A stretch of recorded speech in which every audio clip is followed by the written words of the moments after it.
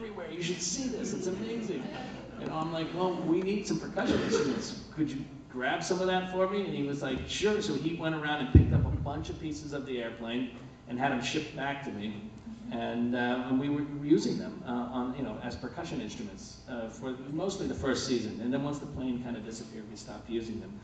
But there's a couple of other instruments that were very interesting in the percussion area. Emil Richards, who is one of my percussionists, he has a warehouse about the size of this room filled with percussion instruments that he's collected over, you know, 50 years or whatever it's been.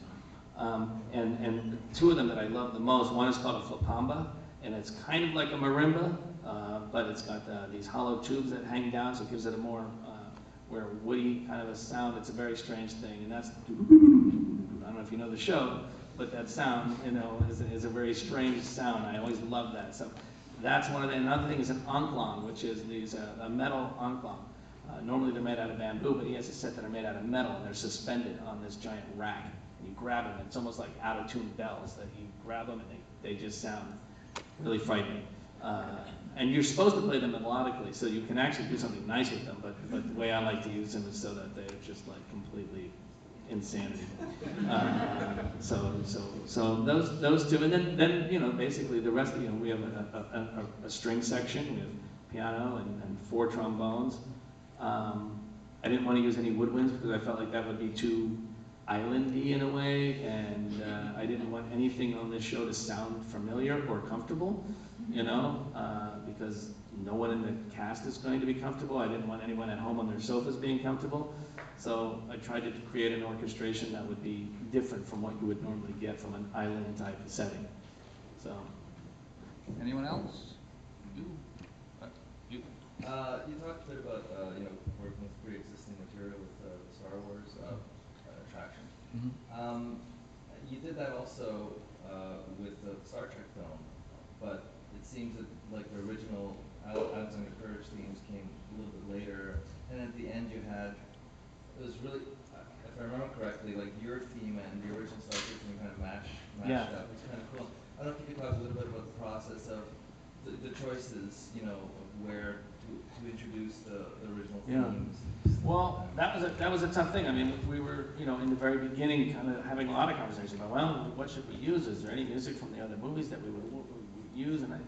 And anytime you tried it, it didn't feel right with this film, because this film stylistically is so different.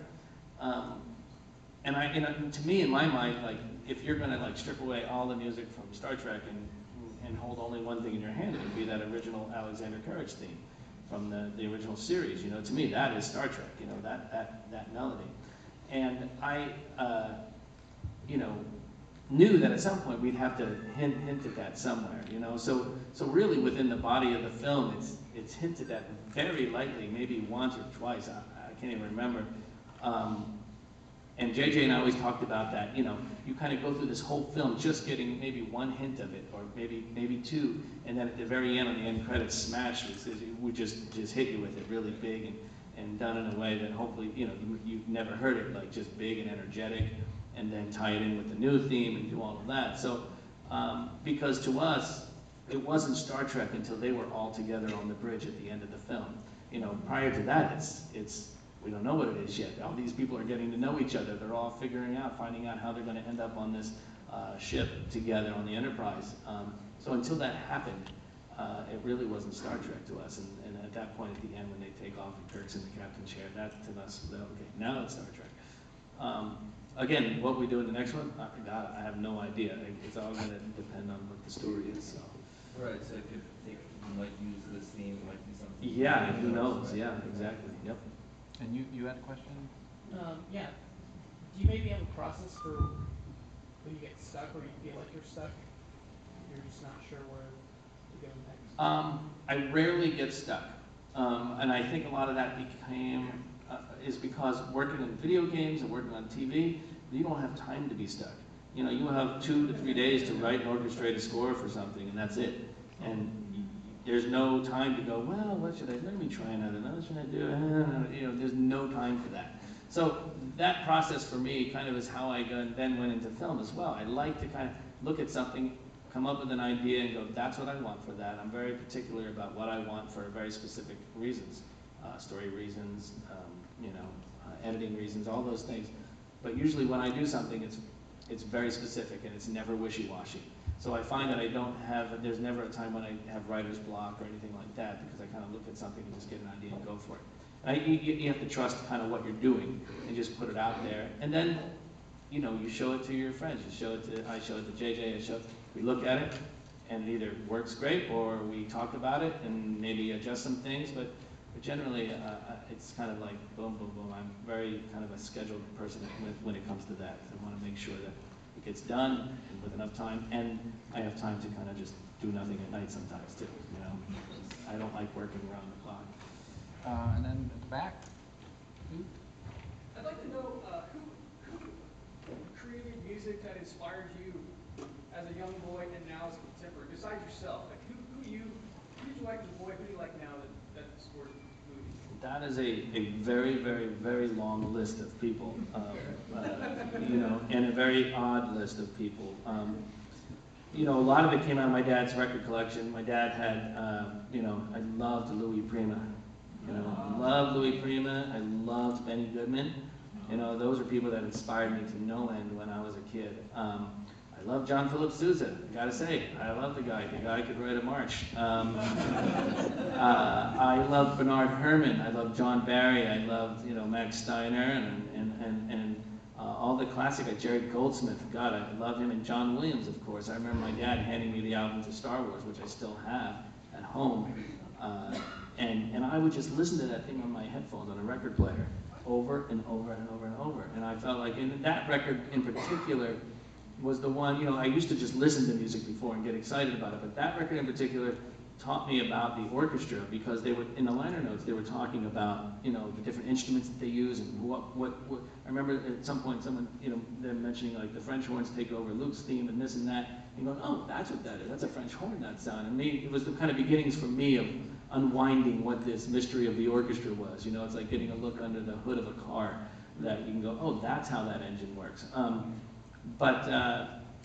Literally, I could go on forever. I love all kinds of music. I don't shut myself off from anything in that sense. I just love such a variety of things. But a lot of the people that I love are all dead. So most of the guys that I love and admire and grew up listening to are not around anymore, or maybe not even around when I was listening to them then.